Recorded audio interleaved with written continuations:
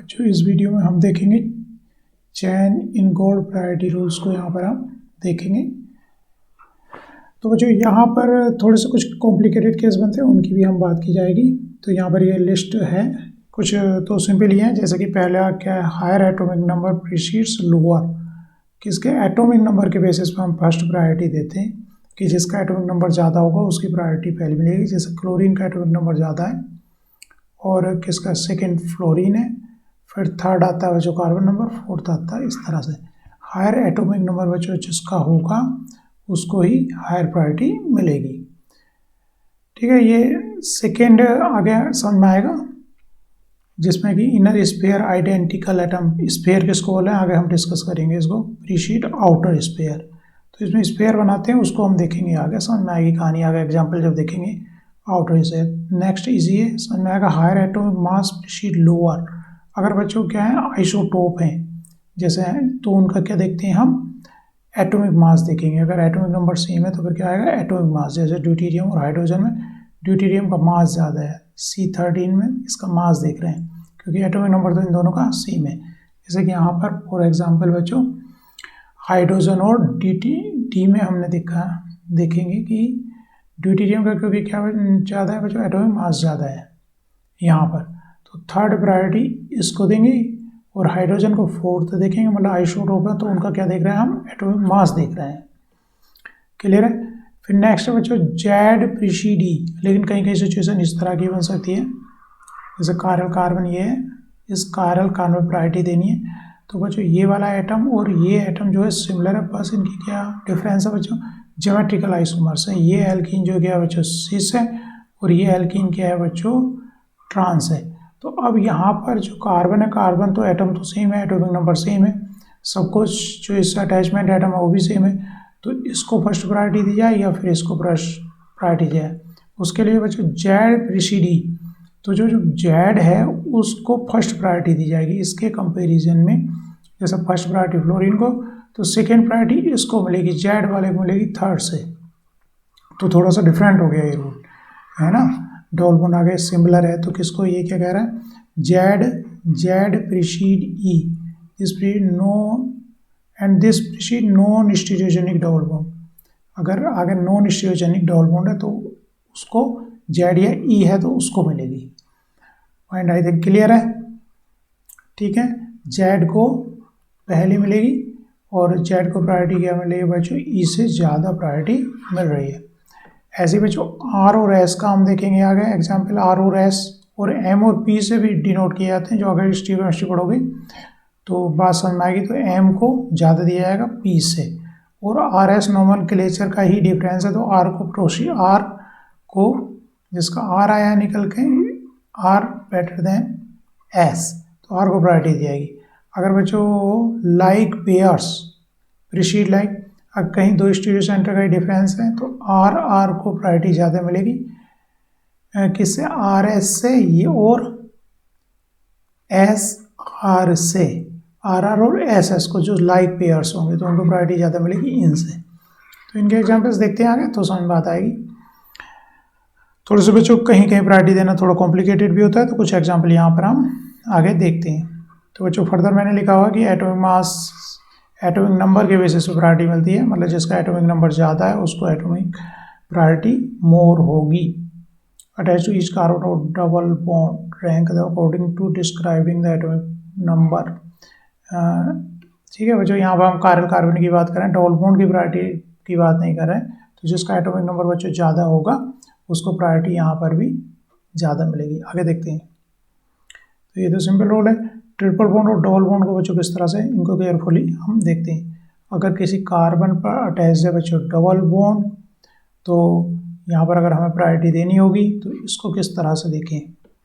तो double bond को बच्चों हम ब्रेक करते हैं, ये जो कार्बन इसका एक बॉन्ड हमने ब्रेक किया तो इस कार्बन पर फर्दर ये कार्बन और इस कार्बन पर भी हम क्या लगा दिए, एक ही कार्बन लगा दिया।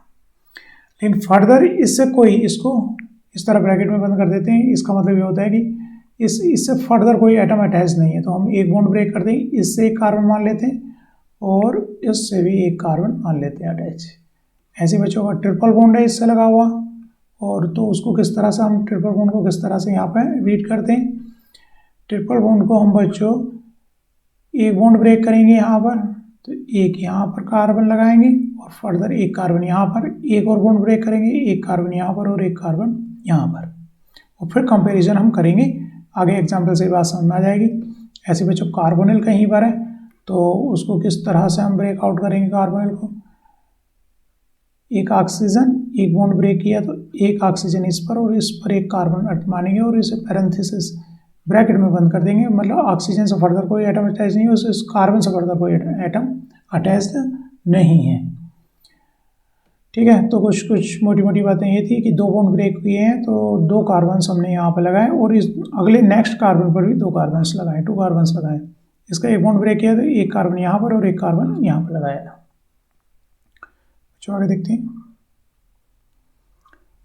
तो बच्चों यहाँ पर जैसे इस कार्बन की बात कर रहे हैं हम, इस पर अगर बच्चों ये एक ग्रुप ये लगा हुआ है और एक ग्रुप ये लगा हुआ है, तो हम जो देखते हैं डिफरेंस, जैसे ये कार्बन आ गया तो ये कार्बन बच्चों टाई कर गया, तो इससे लगे हुए डायरेक्ट लगे हुए एटम से देखेंगे, या 2 हाइड्रोजन और डायरेक्ट अटा हुआ क्या कार्बन, उससे अगला Cl है तो Cl पे नहीं जाएंगे। अभी हम किस पे देखेंगे, फर्स्ट पॉइंट ऑफ अटैचमेंट पे ही देखेंगे, फर्स्ट पॉइंट ऑफ डिफरेंस ही देखेंगे।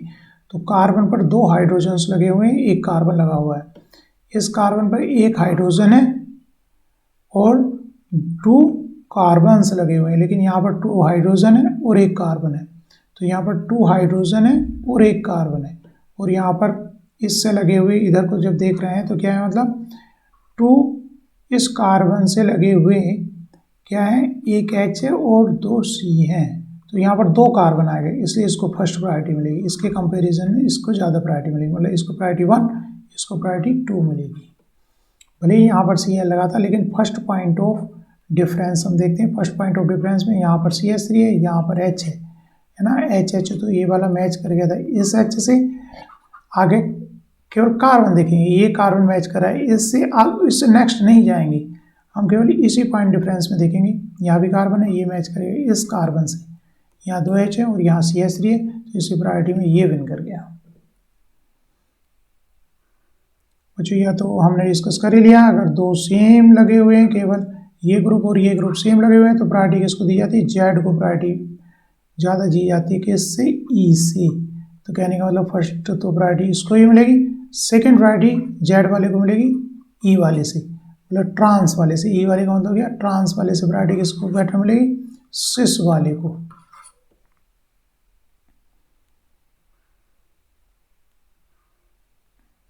कहीं कहीं बच्चों ऐसा होता है, जैसे कि यहाँ पर इस कार्बन की बात करें आप, तो इस कार्बन से अटैच 2 कार्बन है, ये कार्बन और ये कार्बन, तो दोनों तो बिल्कुल सेम है, क्योंकि ये Cl से अटैच है, ये भी कार्बन से अटैच, Cl से कार्बन से, तो एटॉमिक जो नंबर ऑफ एटम्स है या एटॉमिक नंबर की बात करें सब कुछ सिमिलर है। तो डिफरेंस क्या है, इस कार्बन के स्टीरियो सेंटर का, यहाँ पर आ रहा R और यहाँ पर आ रहा S।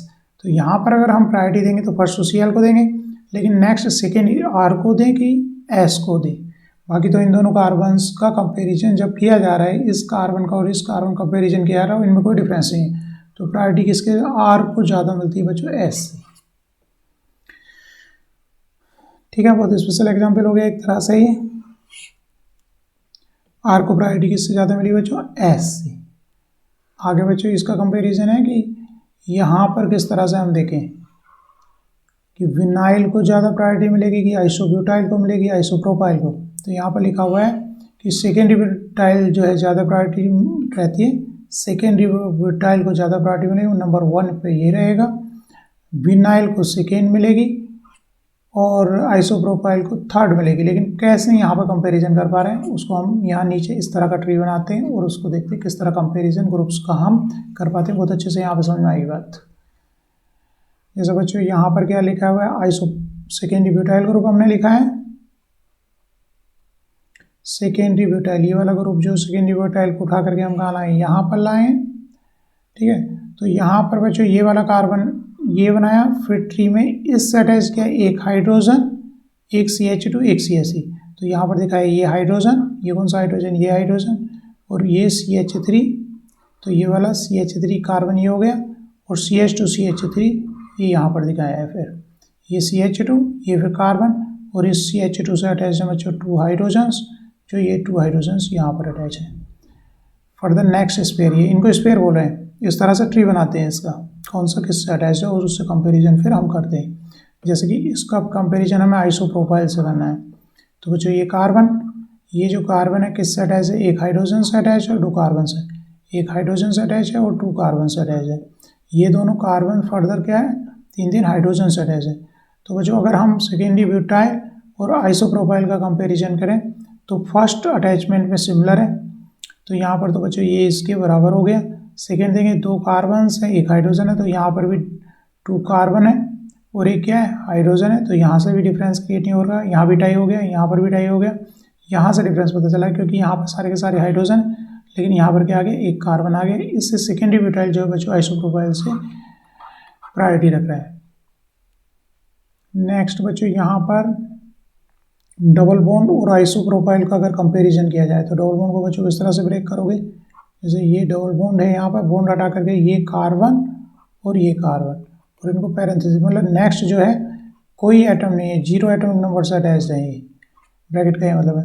तो यहाँ पर जो हम दिखा रहे हैं ये वाला कार्बन ये दिखा रहे हैं और ये कार्बन के साथ अटैच है, एक हाइड्रोजन से अटैच है और एक सी से, एक हाइड्रोजन से, ठीक है, ये वाली हाइड्रोजन ये हो गई और बच्चों ये सी, ये वाला सी हो गया और फर्दर ये सी से और फिर नेक्स्ट इस पैरेंथेसिस वाले सी से, इस पैरेंथेसिस वाले से। तो यहाँ पे कंपैरिजन करोगे अगर बच्चों आइसोप्रोपाइल से कंपैरिजन कराया है तो पहला कार्बन कार्बन, फिर फर्स्ट सेकेंड जो स्पेयर है वहाँ पर 2 कार्बन और एक हाइड्रोजन, 2 कार्बन, ये कार्बन कार्बन हाइड्रोजन, यहाँ पर कार्बन कार्बन हाइड्रोजन, तो यहाँ पर भी डिफरेंस क्रिएट नहीं होगा। फिर आएंगे नेक्स्ट पर, तो ये तो 0 एटॉमिक नंबर के कार्बन और 2 हाइड्रोजन, लेकिन यहाँ पर सारे क्या है, हाइड्रोजन हाइड्रोजन है। अगर एक भी एटम हायर प्रायोरिटी का है तो क्या करेगा बच्चों, ये विन कर गया। तो इसलिए विनाइल की प्रायोरिटी किससे ज़्यादा होगी, आइसोप्रोपाइल से। अब अगर इसका कंपैरिजन किससे करना है बच्चों, इसका कंपैरिजन आपको करना है अगर सेकेंडरी ब्यूटाइल से, अगर इसका कंपैरिजन आप करना चाह रहे हो, इसका कंपैरिजन यहाँ से करना चाह रहे हो, तो बच्चों यहाँ पर कार्बन हाइड्रोजन और 0 एटॉमिक नंबर के, लेकिन यहाँ पर कार्बन हाइड्रोजन तो है लेकिन 3 एक्स्ट्रा हाइड्रोजन है, इसलिए सेकेंडरी ब्यूटाइल और उससे ज़्यादा हुई प्रायोरिटी बच्चों किसकी, विनाइल की, और विनाइल से ज़्यादा प्रॉपर्टी हुई आइसोप्रोपाइल के। तो इस तरह का ट्री बना करके फिर हम स्पेयर्स जो बोल रहे थे वहाँ पर कि इसका first sphere, second sphere, third sphere, fourth sphere, तो अटैचमेंट देखते हैं उनका कंपैरिजन करते हैं। और फर्स्ट में आगे भले ही कुछ भी लगा उनका, अगर सेकेंड में कोई विन कर रहा है तो वह विन कर जाएगा, भले ही उससे नेक्स्ट पे कितना ही हायर प्रायोरिटी का ग्रुप लगा हो। आई होप ये चीज़ समझ में आई होगी। नेक्स्ट बच्चों यहाँ पर अगर जैसे 4th कार्बन का कंपेरिजन करें तो नेक्स्ट कार्बन जो 3rd और 5 में किसको प्रायोरिटी दिया है, ये क्वेश्चन है। यहाँ पर कोई डिफरेंस नहीं, 3rd और 5 में 5 से जो एटम्स लगे हुए हैं इधर को, जो एटम्स यहाँ पर लगे हुए हैं वही एटम यहाँ पर लगे हुए हैं, तो डिफरेंस क्या है, 3rd कायरल नहीं है क्योंकि ये जो R है तो ये भी R है, तो यहाँ पर जो ये 2 ग्रुप्स हो गए 3rd में, ये क्या है, सेम है, लेकिन यहाँ पर एक R है तो एक क्या ग्रुप लगा है, S लगा है। बाकी इन 3rd और 5 में कोई डिफरेंस नहीं, मतलब ये एक स्टीरियो सेंटर नहीं, जबकि 5 क्या है, स्टीरियो सेंटर है, तो 5 को हम बोले स्यूडो स्टीरियो सेंटर, तो स्टीरियो सेंटर को प्रायोरिटी ज़्यादा जाती है, इसलिए यहाँ पर 5 को प्रायोरिटी दी है 3 से। नेक्स्ट बच्चों ये भी काफ़ी इंटरेस्टिंग एग्जाम्पल है। अगर यहाँ पर इसमें 5 में कंपैरिजन करें तो फर्स्ट प्रायोरिटी तो बच्चों इधर ये जो कार्बन है इसको मिलेगी, लेकिन यहाँ पे 6th कार्बन और CH2 में किसको दी जाए, क्योंकि ये भी CH2 ये CH2 है। नेक्स्ट आए ये डबल बॉन्ड है, नेक्स्ट आए तो ये कार्बन है, लेकिन डबल बॉन्ड को किस तरह से हम रीड करेंगे, यहाँ पे डबल बॉन्ड है, यहाँ कार्बन और यहाँ कार्बन, तो यहाँ पर जब CH2 सेम हो गया, लेकिन इस कार्बन को ज़्यादा दे प्रायोरिटी है इसको, क्योंकि ये एक H और ये कॉमन से, ये तो इधर कॉमन से, ये भी एक C से, और इसको भी क्या मान रहे हैं हम, इसको भी मान रहे हैं एक C से अटैच है, तो इसमें टाई हो गया। लेकिन इस तरह की सिचुएशन में जो नियरेस्ट होता है तो उसको ज़्यादा प्रायोरिटी दी जाती है, जो नियरेस्ट होता है उसको ज़्यादा प्रायोरिटी जाती है। इसकी डिटेल में यहाँ पर ये लिखा हुआ है ना, तो रूल्स टाई कर गए थे, लेकिन टाई में भी जो क्लोजेस्ट एटम होता है, क्लोजेस्ट ऑफ रूट एटम, जो क्लोजेस्ट ऑफ रूट एटम होता है उसको प्रायोरिटी दी जाती है। तो बच्चों यहाँ पर एक कॉम्प्लिकेशंस आ सकती हैं, इनको थोड़ा सा डिटेल में अच्छे से देख लीजिए। Thank you.